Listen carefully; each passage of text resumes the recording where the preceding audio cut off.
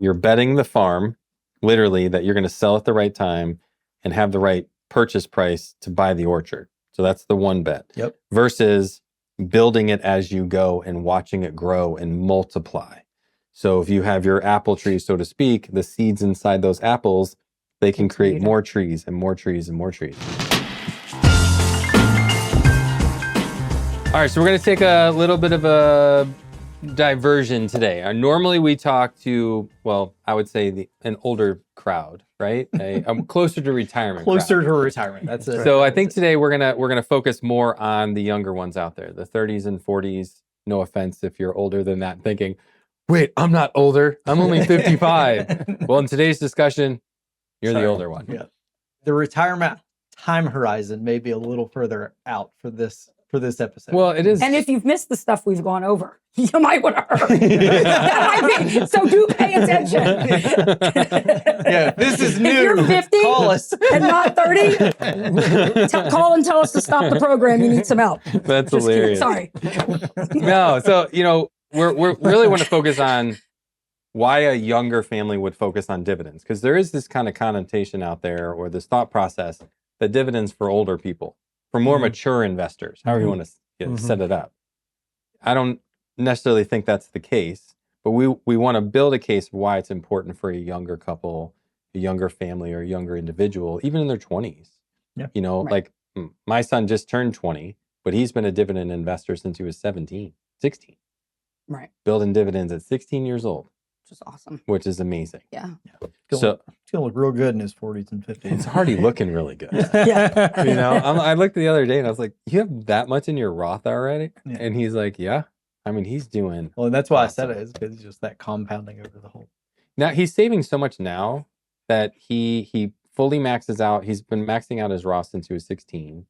And now he's got so much money because he's a hard worker that now he had to open up a non-qualified account, and he's in a brokerage account because he's like, I'm far exceeding. And we were on a walk last night, and he told me, he's like, he had to pay for something. And he's like, I only have $2,000 in my checking. And then his girlfriend's like, well, go into your savings. He's like, I just put all of my money, my checking, my savings into my brokerage account. Yeah. He's like, I'm starting over. He's like, I make money every week.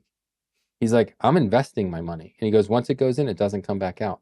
He's been trained well. Yeah, and he did say those hot tub conversations you guys been having. A rock star. Yeah, she's doing something right. She's the financial brain. Actually, I'm the strategy guy. She does the day-to-day. She handles all that. We're a good team. She's the doer, and I conceptualize and strategize. Yeah. We're a good team in that. She's the implementer. Well, yeah, she really is. Evan, not to interrupt, but Evan is probably a really good example of really our whole discussion here. He just hit it a little sooner. How often do you have somebody walk in your office? They want this FI. We call it different things. It's FIRE, it's FI, this financial independence early. Financial independence, retire early. So those are the two terms I hear, FI and FIRE, right? And then they're like, but I'm doing all this stuff. Like, I got to have more growth. Yeah. How am I going to get there sooner? And then they come on this realization. They realize all these ups and downs. They go get aggressive. They can't execute the plan. And they feel like they're starting over all the time. And they're only, 23, 24? We're like, well, hold on. So I think what's going to be great about today's session is we're going to talk to young people and show them we have an idea of how you can get to FI. Potentially sooner than you think. Fire. How you can burn. And it's crazy. Look it up. It's like the big thing. They just want to burn up the job so they have more choices, right? Like, hey, I want, because it really is about freedom of choice. I think is really the ultimate goal of retirement, kind of that reframing it. Because you're kind of beholden to the job for so many years. Yeah. And then it's like, if I can retire, then I can go do what I want. And really it's just opening up that box of choice. And I'd say to frame this entire show, it's freedom isn't measured by the size of your portfolio. It's measured really by how much that portfolio generates in income. Yeah. And really where that intersects with the time you want to retire. Because that's really what we're building on. It's how much money do I have? Can I retire? Or how early can I retire? Where does the income that your portfolio is generating, and where does that intersect with the amount of money that you want to spend and how early you want to retire? Well, and you got to go back one step sooner than that. And I'm not saying don't live a lap of luxury. If you make zillions of dollars and you want to go spend zillions of dollars, that's Zillions? fine. Zillions. Well, some people Well, have we can't say zillions. trillions anymore. We got to try. We got Yeah, we got to go bigger than that. It's not enough. Elon ruined that for us. He did.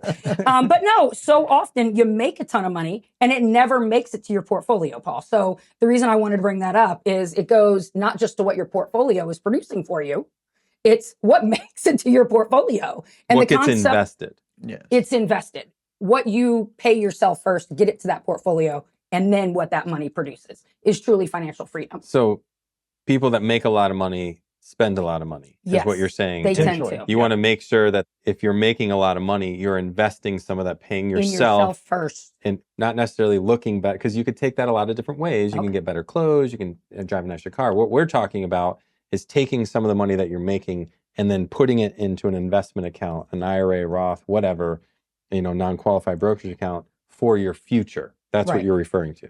Yes. I figured you were. Yes. That's, to be clear. that's how you hit that fire. Yeah. Yeah, and hit the fire. That's But right. I just more mean, and you guys know I got to get budgeting into everything and trying to talk to young people. I who just are wish making you were so more much- passionate about this topic. I know. Yes. I know. I love young people. I love budgeting, but I also love when people like they hear all this fire stuff and they make a whole lot of money and they're like, why is it not merging? Well, guys, there's a couple deliberate things you got to do, and we're going to talk about a couple of those today. Really? Yeah. If Let's just get fired up. Let's get That's fired right. up. Let's go. That seems to be the The theme. fire today. has All already right. stoked. So why It's gonna pop should on all our phones? All why day. should a young family care about dividend income early? So before you dig in, don't forget, make sure to subscribe. Nikki got so excited she forgot to recommend a subscription. Oh, Click below. And Why we'll should take care of somebody you. subscribe to the show? to learn how to pick on people. Well, I sure. mean, in fun, they say you only pick on people you like. So That's if what you they want to learn how say. to pick on people you I've like, heard that. apparently you guys like me. I seem to be the one that gets picked on. If you want to learn how to pick on somebody, subscribe to the show. If you want to learn a little bit about finance, probably a good idea to subscribe to the show. Maybe budgeting, maybe retiring early, subscribe to the show. Or watching us pick on Nikki. Yeah, I think that's right. that's right. worth it right there. Okay. So why should a young family be focused on dividend income? Like, isn't dividends for old people? No, I mean, we have seen it time and time again.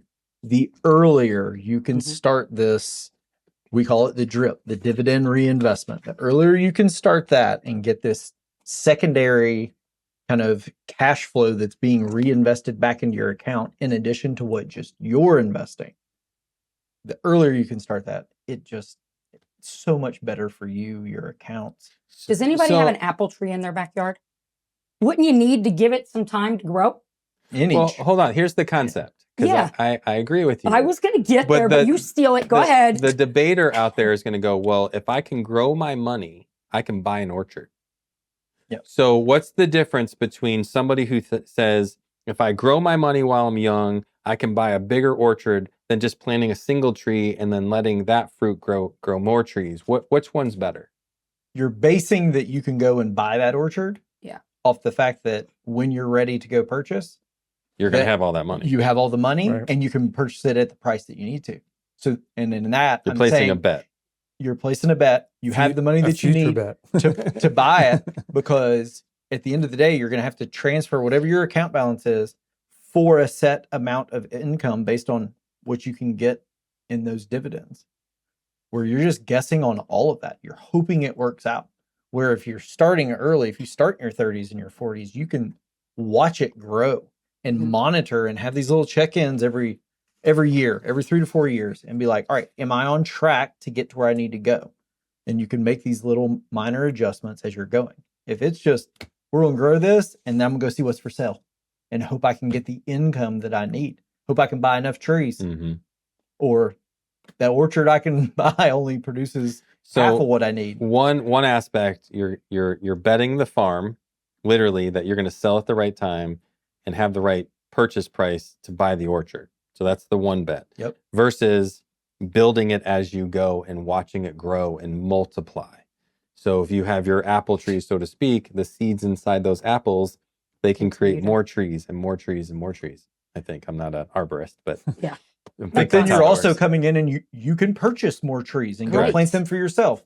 But you're then each watching tree- your orchard grow as Correct. opposed to just hoping you're the greatest investor that can. I mean, when do you sell? Do you sell like a year before retirement? Do you sell right out of retirement? Do you do 5 years, years yeah. before? Like When that, do you there's a lot of execute? what ifs, and you're hoping you do it right. And there's this thing called sequence of returns. It's this math equation about what if the market, I mean, what if like you're gonna put your flag in the ground and you're like, I'm gonna 5 years before retirement, I'm gonna sell everything and I'm gonna buy my orchard. And that year is a 2000 bubble burst. Mhm. Like you have Yeah. no idea the future. I don't know. I'd much rather it grow and then watch those 2000s hit because Yes. those dividends as they're reinvesting, Oh, that's when you start compounding like crazy. Yeah. Yep. So like let that That's work when to your your neighbor advantage. who had the orchard was in trouble and you got to go buy it for pennies on the dollar. And now you know. just expanded your orchard. Super fast because Super you already fast. had it and you're already creating revenue. That's right. Because your dividend portfolio, when you start young, you start with a little bit amount of money and then it starts growing. But every single dollar of dividend that you have in that orchard is buying and producing more apples and more trees. By the time you're on the threshold of retirement, you already have an orchard to some degree. right. I was And, going to say, and who's to all say? of that money is extra income that you're buying more and more and more with. Like, who wouldn't want that? And actually, that goes right into the next thing. It's called the dividend snowball. What is that? What's a dividend snowball? It's exactly what you Yeah, were just talking it's about. kinda- What? Teach me. Well, I kind of liked where you were going with the apple, or where you were going, where you could. Who's to say you can't go buy more apple trees as you go, and you keep getting the seeds from the apples, and you keep planting. Earlier, when we were talking about how you'd go buy the orchard, there's a lot of things that have to go. So the you're way a they're growth supposed investor, to. and I'm going to get the orchard. You're Yeah, gonna then flip you're going to it get the orchard later. Okay. There's a lot of things that have to happen that are out of your control. There's some that could be in your control, but for the most part, It's a bet. it's a bet. And the one thing I was going to say about the apple trees is you are in control. Well, we know God's in control, but you're in control. You're planting those apples As you go. as you go, So and you're a you young watch, dividend investor. Yes, and you watch it grow, and then you add more as opposed to hoping for later. Yep. So the reassurance as you go, the curveballs along the way, you're okay. Whereas in the other scenario, I just want to throw this out there because sometimes young people, they're go-getters. They do some pretty cool, interesting things, and things don't always go the way. And then they go to try to execute that plan, and it's harder to buy the orchard than they realize right now. Because everything changes. Things get more expensive. And Purchasing power right. gets eroded. Yeah. Yeah. Everything. I should have snuck in earlier because it would have made more sense. But anyway, so No, we're on board. yeah, That was right. perfect. Yes, perfect. Anyway, ask your question again. I just wanted to say What is the execution. snowball effect? Well, I would almost, Dividend snowball effect. Because we have a couple snowball effects. Because That's we've it. talked about the tax snowball. Tax snowball. Now we're talking about the dividend Yeah. snowball. This is a good one. If we're still going to use the orchard analogy, it's taking the existing fruit that you harvest each year, whatever arborists do to harvest those seeds out of the apples, take those, and then you go and plant those in the ground and they build trees. And then you're pruning your trees. And then next year, you've got more fruit. You take that, you do the exact same thing. You take the seeds, go plant them, they build more trees. And at first, you may start with one tree and then you build one more. And then now you have two trees they're planting. It's kind of like the two. Charlie Brown apple tree, when you Yes. first start, Yep. right?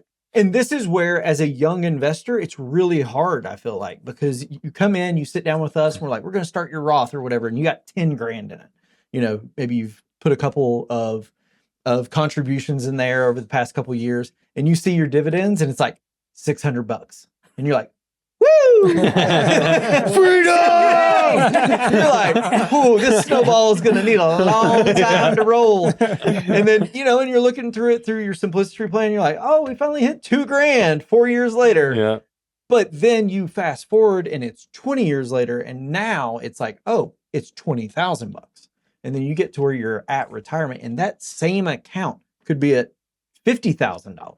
And you're like, and it's happening on its own. Like it's Correct. reinvesting on its own. It's not the willpower every Yes. day. Evan, doing that every week is awesome, but it's doing what Evan does without Well, having if the you muscle. see, you can go look this up, fact check it.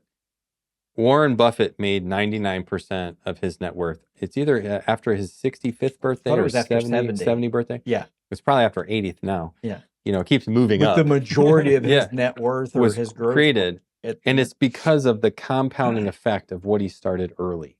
He didn't just invent something. He's not like, the Zuckerberg that created a piece of technology and then it just gets bigger. Like No. he started with a bicycle like paper route or something. Yep. And then it just grew from there. And everything he does is income oriented. Whether he's buying a business or whatever, he buys income, he creates income, and that's how he gets more net worth. And this is the same principle, just on a smaller scale. Correct. Where you're just building an But income. he started smaller. And it's and it's snowballing down. By the time you get down to the bottom of the hill and you're ready to retire, you see it. It's there. It exists. And you're just like, oh my gosh, we're generating $50, $100, $200,000 of dividend income. We started with $600, or whatever. And we're like, look where we've come. As opposed to hoping it worked out, that we just chased the greatest growth. We were walking in a casino every day. Right. And we're just like trying to bet on black. And then hopefully by the time I retire, I'm just going to be able to buy 4 orchards. Well, what if? And the only way that works is because of time, right? It's because of the compounding of time. And I think about it with like, I can just visualize that snowball building and building down the hill. And it's not this little mound in my backyard, it's in the Rockies, whatever it is. But I also think when I'm thinking about time and compounding or snowballing is that when you're hoping for that down the road, you're like scared of the time. Whereas if you're investing regularly and you're letting it build, you're excited that you have the time. Right. It's like a mind shift where it's like, I can't wait that I have this runway to build this up. Whereas you're holding your breath on the other side, hoping that the year is right. And, I landed everything perfectly. That's a really good perspective because momentum creates momentum. Like when you start seeing seeing that and you're just like, at first, when you're my son's age, you're like, he was talking about SpaceX the other day and he didn't get all of his money in the way he wanted to. And then he's like, did I lose? Like he invested, he's a young kid, he's 20 years old. And he invested $32,000. And we looked at what he lost and he was freaking out. He's like, did that cost me 10 grand? Cause he didn't buy when he thought he was going to buy. And we looked at it, was 3 grand. And he was like, oh, he's 19 years old, $3,000. He was like, oh, cause he wasn't thinking today. Right. He was okay with whatever that value was because he's thinking down the road, like, that's the only the non-dividend stock in his portfolio. He really wanted to buy it. The vast majority of his portfolio is in dividend stocks, and he gets it. He understands it at such a young age. And I tell him this all the time, like, Evan, you're not going to need mom and dad's wealth. You're going to be so wealthy on your own because of your worth ethic and your energy to start at a young age investing. And if more people were there, oh my word, they wouldn't need anything from anybody. Right. And by the time they're on the threshold of retirement, whatever age that is, early, late, whatever, they have more money and freedom. And some of those people don't retire. It's not because they have to work. It's because they're working because they love it. They love it. Yes. Right. Well, and the only thing I got to say, because I feel like we're almost building on the wrap of not for nothing. Have you looked at the growth of the income boring dividend portfolio this year? Not for nothing. It's growing, quite frankly, pretty darn well. So call me with your growth stocks and we can compare. Joking, kind of, but not really. Look at it. It's not just this year. It's not just this year. Dividends outperform non-dividends over a long period of time. We've done a lot of research about this, especially if you're a young family and you have the time. We got to say this is the last thing I'm going to say. Then I want you guys to give your last nuggets, and we're going to close this down. Growth on a dividend portfolio has a cost to sell.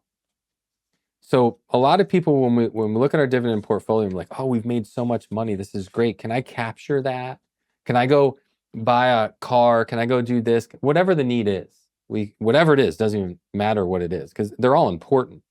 But when you look at a dividend portfolio as a growth portfolio, you're cutting the income legs off.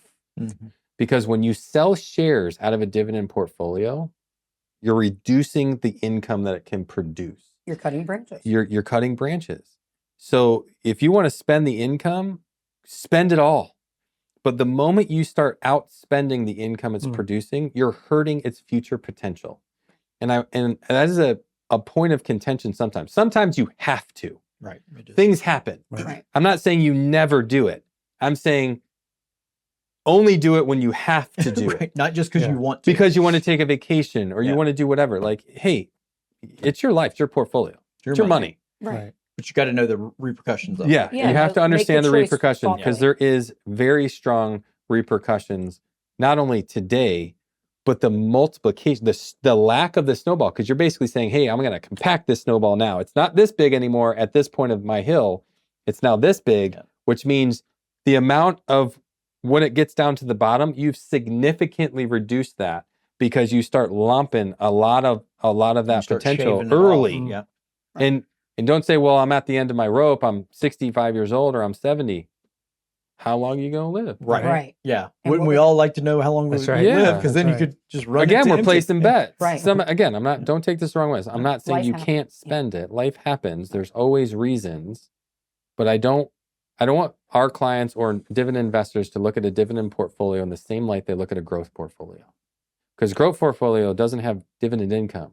So the consequences are completely different of when you sell out. Now, they're similar, but they're different. Yep. Dividend portfolio, you're literally removing the very thing it was designed to Taking do. cash away from yourself. Yeah. So, Your all right, future self. land us home. So What else my we last would almost be a challenge, especially for our younger Ooh. listeners. It's going back to your point earlier. I would challenge you to stop looking at your portfolio as an account value and start looking at it as how much is my account actually producing in income? Because at the end of the day, the only reason you're trying to grow it is so that you can go buy that orchard to produce income. Start looking at it now and seeing how you can start building your income stream now. Start now. Start now. And understand what financial independence is, right? I feel like people want financial independence, but they don't necessarily even know yet. And I'm not discounting, but they don't really know what that even is. So know what your goals are and start building that, right? But just know what financial independence is. And you stole my line, but that's the best one. It's not necessarily about, what you make. It's what you invest and what that investment creates. And then is that enough for your needs now, along the way, and in the future? So Love it. Yeah. Any last thoughts? No, just freedom. Somebody had to get that in there. I did it Nice. too. Financial freedom. Well, thanks for watching. God bless. Thanks for watching Planning Made Simple. Every week, we bring you conversations that are entertaining, educational, and focused on making life's big decisions a little simpler. Make sure you subscribe for our best content each week, and we'll see you next time.